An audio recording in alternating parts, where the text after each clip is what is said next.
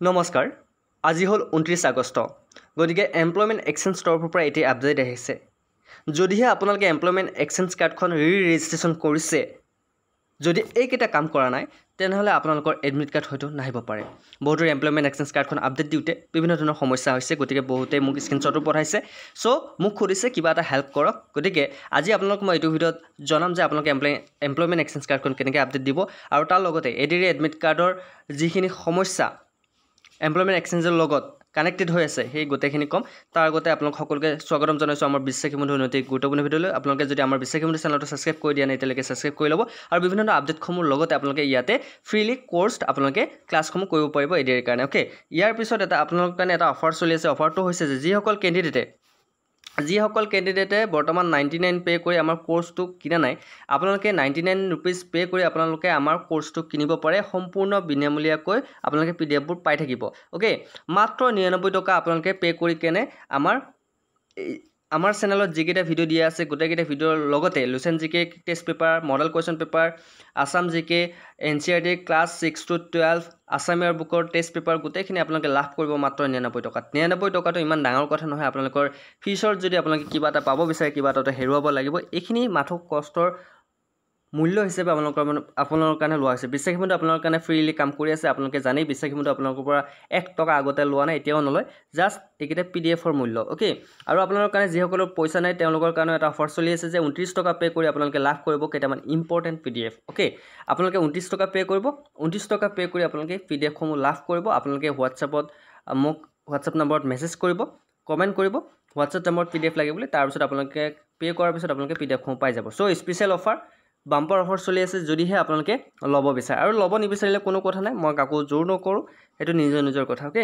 So যিমান সোনকালে ল'ব পাৰে আপোনালোকৰ ভাল এটা আহিছোঁ মেইন কথাটো লৈ যে এমপ্লয়মেণ্ট এক্সচেঞ্জ কাৰ্ডখন আপোনালোকে ৰেজিষ্ট্ৰেশ্যন কৰা ডেট আপোনালোকে জানে যে ডেটটো আপোনাৰ পিছুৱাই দিয়া হৈছে 15 আগষ্ট দিয়া আছিল এমপ্লয়মেণ্ট এক্সচেঞ্জৰ ডেট গতিকে এতিয়া গৈ আপোনাৰ 30 ডিচেম্বৰলৈকে টাইম আছে যিসকলে 30 ডিচেম্বৰলৈকে এমপ্লয়মেণ্ট এক্সচেঞ্জ কাৰ্ডখন আপডেট দিব নোৱাৰে পিছত তেওঁলোকৰ বিভিন্ন ধৰণৰ সমস্যা হোৱা দেখা যাব এতিয়া ইয়াৰ মাজত কেইটামান কথা কওঁ যে আজিকালি বহুতো অনলাইন দোকানী আছে বহুতে অনলাইন কৰে গতিকে আপোনালোকে কেতিয়াবা যদি কৰবাত কাম কৰিবলৈ যায় ধৰা হ'ল অনলাইনৰ কাম বা কিবা আপডেট কৰিবলৈ কাম তেনেহ'লে অকণমান নলেজ ৰাখি যোৱাটো প্ৰয়োজনীয় এইকাৰণে কৈছোঁ নহ'লে আপোনালোকক সেই যিখন কম্পিউটাৰ দোকান তেওঁলোকে আপোনালোকক ঠগিব পাৰে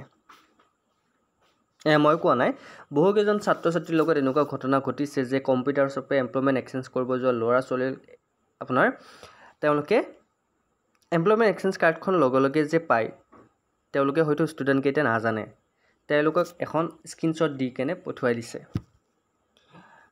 আৰু তেওঁলোকক কৈছে যে আপোনাৰ এমপ্লয়মেণ্ট এক্সচেঞ্জ কাৰ্ডখন আপডেট হৈ গ'ল গতিকে আপোনালোকৰ লগতো যদি তেনেকুৱা হৈছে বহুতে আপোনাৰ পৰা পইচা বিচাৰিছে তেনেহ'লে আপোনালোকে সেইটো নকৰিব এমপ্লয়মেণ্ট এক্সচেঞ্জ কাৰ্ডখন আপোনাৰ যদি মোবাইল আছে মোবাইলৰ জৰিয়তে আপোনালোকে আপডেট কৰি ল'ব পাৰে মই নিয়মকেইটা কৈ দিম বাৰু কেনেকৈ আপডেট কৰিব লাগে আৰু ইয়াৰ মাজতে বহুতে মোক স্ক্ৰীনশ্বট এটা দিছে এটা স্ক্ৰীনশ্বট মই আপোনালোকক দেখুৱাই দিছোঁ স্ক্ৰীনশ্বটটো হৈছে যে চাওক এমপ্লয়মেণ্ট এক্সচেঞ্জ কাৰ্ডখন ইয়াতে আপডেট দিছে আপডেট দিওঁতে কি হৈছে আপোনালোকে জানে এমপ্লয়মেণ্ট এক্সচেঞ্জ কাৰ্ডত বৰ্তমান কোনো ধৰণৰ ফিজিকেল ডকুমেণ্ট বিচৰা নহয় দুটা অপশ্যন আছে এটা হ'ল আধাৰ উইথ আৰু এটা হ'ল উইদাউট আধাৰ যদি আপোনালোকে আধাৰ উইথ KYC কৰে তেনেহ'লে আপোনালোকৰ এমপ্লয়মেণ্ট এক্সচেঞ্জ কাৰ্ডখন আপোনালোকে লগে তাতে পাই যায় 10 মিনিট নালাগে আপোনালোকে এমপ্লয়মেণ্ট এক্সচেঞ্জ কাৰ্ডখন যদি নতুনকৈও বনাব বিচাৰিছে তেনেহ'লে আপোনালোকৰ 10 মিনিটো নালাগে আপোনালোকে এমপ্লয়মেণ্ট এক্সচেঞ্জখন পাই যাব কিন্তু যদি যিজন অনলাইন দোকানী বা যাৰ ওচৰত আপুনি অনলাইন কৰিব গৈছে তেওঁ যদি কথাটো নাজানে আপোনাৰ কি হৈ যাব সমস্যা হ'ব এনেকুৱা এটা সমস্যা হৈছে ল'ৰা বা ছোৱালীজনক কি কৰিছে এমপ্লয়মেণ্ট এক্সচেঞ্জ কাৰ্ডখন আপডেট দি কৰি পঠাই দিছে এটা আপডেট দি মানে কি কৰিছে টাইম স্লটটো মানে অফলাইন টাইম স্লটটো বুকিং কৰিছে অফলাইন টাইম স্লটটো বুকিং কৰি কি কৈছে যে তোমাৰ এমপ্লয়মেণ্ট এক্সচেঞ্জ কাৰ্ডখন আপডেট হৈ গ'ল তুমি যোৱা গতিকে এতিয়া ছোৱালীজনীয়ে বা মোক যেতিয়া মেছেজ কৰিলে মই তেতিয়া চাই কেনে দেখা পালোঁ যে ছোৱালীজনী এইটো সমস্যা হৈ আছে তেওঁ গমেই নাপায় যে তেওঁৰ এমপ্লয়মেণ্ট এক্সচেঞ্জ কাৰ্ডখন আপডেট হ'ল নে নাই কাৰণ তেওঁ সেই স্ক্ৰীনশ্বটটো দি পঠাইছে আৰু লগে আপোনালোকে জানে এমপ্লয়মেণ্ট এক্সচেঞ্জ কাৰ্ডখন আপডেট দিওঁতে আজিকালি 1 টকাও আপোনালোকে পে কৰিব নালাগে ফ্ৰী কৰি দিয়া আছে আপোনালোকে যদি এমপ্লয়মেণ্ট এক্সচেঞ্জ কাৰ্ডখন কেনেকৈ আপডেট দিব লাগে মই নাজানে মই কৈ আছোঁ এইটো ভিডিঅ'তে সো আপোনালোকে মেইন সেৱা হেতু পৰ্টেলত যাব সেৱা হেতু পৰ্টেলত গৈ আপোনালোকে লগ ইন আপোনালোকে ৰি-ৰেজিষ্ট্ৰেশ্যন এমপ্লয়মেণ্ট এক্সচেঞ্জ আপোনালোকে ক্লিক কৰিব। ৰি-ৰেজিষ্ট্ৰেশ্যন এমপ্লয়মেণ্ট এক্সচেঞ্জ ক্লিক কৰাৰ লগে লগে আপোনালোকে কি আহিব, আধাৰ কাৰ্ডৰ আপোনাৰ নাম্বাৰ মাৰিব লাগিব। আধাৰ কাৰ্ড নাম্বাৰ OTP মাৰাৰ লগে লগে আপোনালোকৰ পুৰণা এমপ্লয়মেণ্ট এক্সচেঞ্জ কাৰ্ডখন বিচাৰিব। পুৰণা এমপ্লয়মেণ্ট এক্সচেঞ্জ কাৰ্ডখন বিচাৰাৰ লগে লগে আপোনালোকে কি কৰিব, তাতে এমপ্লয়মেণ্ট এক্সচেঞ্জ কাৰ্ডখন যদি আপোনালোকে টাইপ কৰি দিয়ে, তেতিয়া আপোনালোকৰ কি আহিব, আপোনালোকৰ আহিব আগৰ এমপ্লয়মেণ্ট এক্সচেঞ্জ কাৰ্ডৰ গোটেইখিনি আপোনাৰ নাম, এড্ৰেছ গোটেইখিনি ডিটেইলছ আহি পৰিব। তাৰপিছত যদি আপুনি কিবা আপডেট নতুনকৈ ভৰাব লগা আছে ভৰাব পাৰিব, আৰু যদি আপোনাৰ নতুনকৈ কিবা ভৰাব লগা নাই তেনেহ'লে আপডেটত ক্লিক কৰি আপোনালোকে নতুন যিখন এমপ্লয়মেণ্ট এক্সচেঞ্জ কাৰ্ডখন আগৰ নাম্বাৰটোতে আপোনালোকে লাভ কৰিব। এতিয়া বহুতে কি কৰিছে, এতিয়া যিসকলে নতুনকৈ এমপ্লয়মেণ্ট এক্সচেঞ্জ বনাব গৈছে তেওঁলোকৰ এটা সেই সেম প্ৰব্লেম, তেওঁলোকৰ এখেতৰ এতিয়া নতুনকৈ এতিয়া আধাৰ আপডেট এমপ্লয়মেণ্ট এক্সচেঞ্জ কাৰ্ডখন আপডেট কৰিব গৈছিল বুলি, কিন্তু এমপ্লয়মেণ্ট এক্সচেঞ্জ কাৰ্ডখন আপডেট কৰি দিয়ে নে এখেতক নতুনকৈ ৰি-ৰেজিষ্ট্ৰেশ্যন কৰি দিয়া নাই, ৰেজিষ্ট্ৰেশ্যন কৰি দিছে এমপ্লয়মেণ্ট এক্সচেঞ্জ কাৰ্ডখন। অ'কে, এতিয়া আপোনালোকে যদি এমপ্লয়মেণ্ট এক্সচেঞ্জ কাৰ্ডখন ৰি-ৰেজিষ্ট্ৰেশ্যন নকৰে বা নতুনকৈ ৰেজিষ্ট্ৰেশ্যন কৰে, তেতিয়া আপোনালোকৰ কি সমস্যা হ'ব জানেনে? যেতিয়া আপোনালোকে অনলাইন গেট 4 কাৰণে এপ্লাই কৰিছিল, তেতিয়া এমপ্লয়মেণ্ট এক্সচেঞ্জ কাৰ্ডৰ নাম্বাৰটো আপোনালোক বিচাৰিছিল।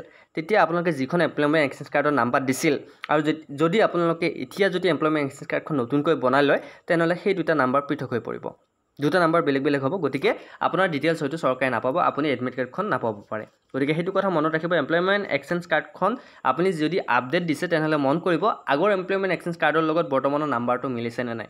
আপোনাক হয়তো অনলাইন দোকানীয়ে ঠগাব পাৰে যে এমপ্লয়মেণ্ট এক্সচেঞ্জ কাৰ্ডখন আপডেট হৈ গ'ল বুলি কৈ আপোনালোকৰ সেই এমপ্লয়মেণ্ট এক্সচেঞ্জ কাৰ্ডখন আপোনালোকৰ নতুন এমপ্লয়মেণ্ট এক্সচেঞ্জ কাৰ্ডখন আপোনালোকৰ হাতত দি কেনে হয়তো আপোনালোক ঘৰলৈ পঠিয়াব পাৰে। কিন্তু এখেতক কি কৰিছে, এখেতক নতুন এমপ্লয়মেণ্ট এক্সচেঞ্জ কাৰ্ডো দিয়া নাই, এখেতক মাত্ৰ টাইম শ্লট এটা বুকিং কৰি দিছে অফলাইন। পইচাটো অনলাইনলৈ ল'লে, কিন্তু অফলাইনত টাইম শ্লট বুকিং কৰি এখেতক পঠিয়াই দিছে যে এমপ্লয়মেণ্ট এক্সচেঞ্জ কাৰ্ডখন হৈ গ'ল। এনেকুৱা ধৰণৰ অনলাইন দোকানীৰ পৰা আপোনালোকে বাচি থাকিব, কাৰণ অল্প শিক্ষা ভয়ংকৰ, বহু কথা আছে। গতিকে আপোনালোকে এনেকুৱা ধৰণৰ যদি আপোনালোকৰ লগত হৈছে, মোক আপোনালোকে স্ক্ৰীনশ্বট পঠাব, মোৰ আপোনালোকৰ নাম্বাৰটো দিয়াই আছে, স্ক্ৰীনশ্বট পঠাব। লগতে আপোনাৰ মোৰ টেলিগ্ৰাম চেনেল ডিছক্ৰিপশ্যনত লিংক আছে, টেলিগ্ৰাম চেনেলত জইন হৈ যদি জইন হৈ ল'ব, তাতে আপোনালোকে বিভিন্নসমূহ আপডেটসমূহ পাব। এতিয়া মই এটা কথা কওঁ, আপোনালোকে যদি ভৱিষ্যতে কিবা যদি কাম কৰিব বিচাৰে, তেনেহ'লে আপোনালোকে বেলেগৰ ওপৰত ডিপেণ্ডেণ্ট নহ'ব, পৰালৈকে নিজে কৰিবলৈ ট্ৰাই কৰিব। কিয় কৈছোঁ মই? কাৰণ চাওক, যিকোনো ধৰণৰ অনলাইন আহিলে বা যিকোনো ধৰণৰ সমস্যা আহিলে সমাধান নিজে কৰিবলৈ পাৰিব লাগে। জীৱনত যিমান ডাঙৰে সমস্যা নাহক কিয়, যদি আপোনালোকে হাতে কামে লাগিব পাৰে নহয়, তেনেহ'লে ভৱিষ্যতে আপুনি সকলোবোৰৰ সন্মুখীন কৰিব পাৰিব। এতিয়া বহুতে কি কৰি আছে, বহুতে আপোনাৰ মোক সুধি আছে যে দাদা মই ADR কাৰণে পঢ়িব বিচাৰিছোঁ, কিন্তু কথা হ'ল আপুনি যিটো টাইম মেনেজমেণ্ট দিছিল, মই অলৰেডি চিলেবাছ এটা মই 25 ডেজ এটা ষ্ট্ৰেটেজি মই আপোনালোকক কৈছিলোঁ। বহুতে কি কৈছিল যে দাদা আপুনি যিটো টাইম দিছে সেই টাইমত মই পঢ়িব পৰা নাই। গতিকে আপোনালোকে কিয় টেনশ্যন লৈছে? আপোনালোকে পঢ়িব পৰা নাই, আপোনালোকৰ সময় মেনেজমেণ্টটো আপুনি নিজে উলিয়াই লওক না। মই কোৱা মতে যদি নিমিলে আপোনালোকৰ সময়টো, মই কৈছিলোঁ যিসকলৰ সময় ঘৰত থাকি এনিটাইম কাম চামৰ পৰা তেওঁলোকে আজৰি হৈ আছে, তেওঁলোকৰ কাৰণে সেইটো সময়ত তেওঁলোকক পঢ়িব দিছিলোঁ যে মৰ্ণিং আপোনালোকে 4টা বজাত উঠিব, 4টা বজাৰ পৰা 7টা বজালৈ পঢ়িব, তাৰপিছত 3টা বজালৈ আপুনি আবেলি 6টা বজালৈ পঢ়িব, 1 ঘণ্টা ৰেষ্ট দিব, 8টা বজাৰ পৰা আপুনি যিমান পঢ়ে সিমান পঢ়িব। এতিয়া যিসকলে ডিউটিত থাকে, আপোনালোকে এটা কথা মন কৰিব, ডিউটিত থাকিলেও আপোনালোকে মৰ্ণিং পঢ়িব পাৰিব। মৰ্ণিং 4টাৰ পৰা 6টালৈ পঢ়িলে 2 ঘণ্টাই পঢ়ক দিচোন আপুনি, 2 ঘণ্টাই আপোনাৰ কাৰণে বহুত।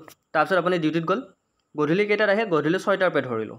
অ'কে, গধূলি 6টাৰ পৰা আপোনালোকক মই 2টা বজালৈকে দিলোঁ বা 1টা বজালৈকে দিলোঁ। আপুনি যদি ৰাতিপুৱা 2 ঘণ্টা, গধূলি 6 ঘণ্টা, আপুনি যদি 8 ঘণ্টা 9 ঘণ্টা যদি আপুনি দিনটোত আপোনাৰ পঢ়াৰ কাৰণে উলিয়াব নোৱাৰে, তেনেহ'লে আপোনালোকে কেনেকৈ ছাকচেছ হ'ব লাইফত কওকচোন?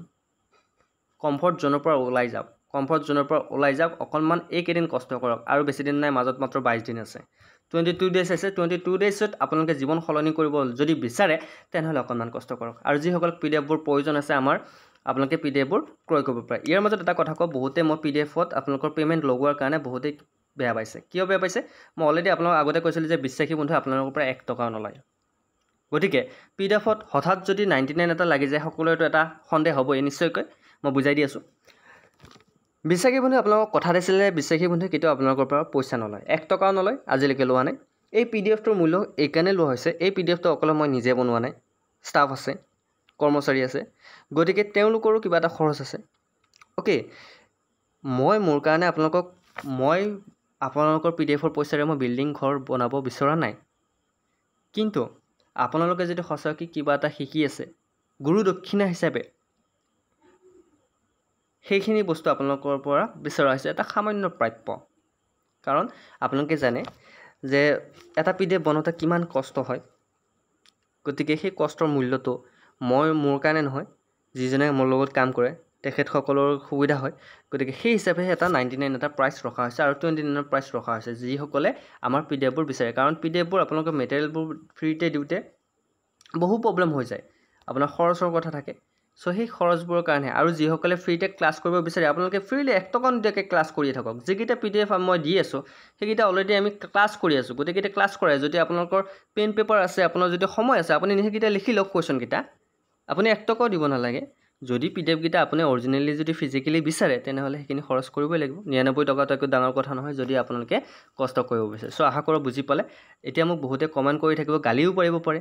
চ' আপোনালোকে এটা কথা মন কৰিব, যিকেইটা PDF মই অলৰেডি দিলোঁ বা যিসকলে 99 পে' কৰিলে তেওঁলোকে আৰু 1 টকা পে' কৰিব নালাগে, তেওঁলোকে PDFবোৰ ফ্ৰীলি পাব। আৰু যিসকলে এতিয়া PDFবোৰ বিচাৰে তেওঁলোকে আমাক কমেণ্ট কৰিব পাৰে। অ'কে, চ' আজিলৈ মানে অন্য এটা ভিডিঅ'ত আকৌ লগ পোৱাৰ প্ৰতিশ্ৰুতি। জয় হিন্দ, জয় অসম।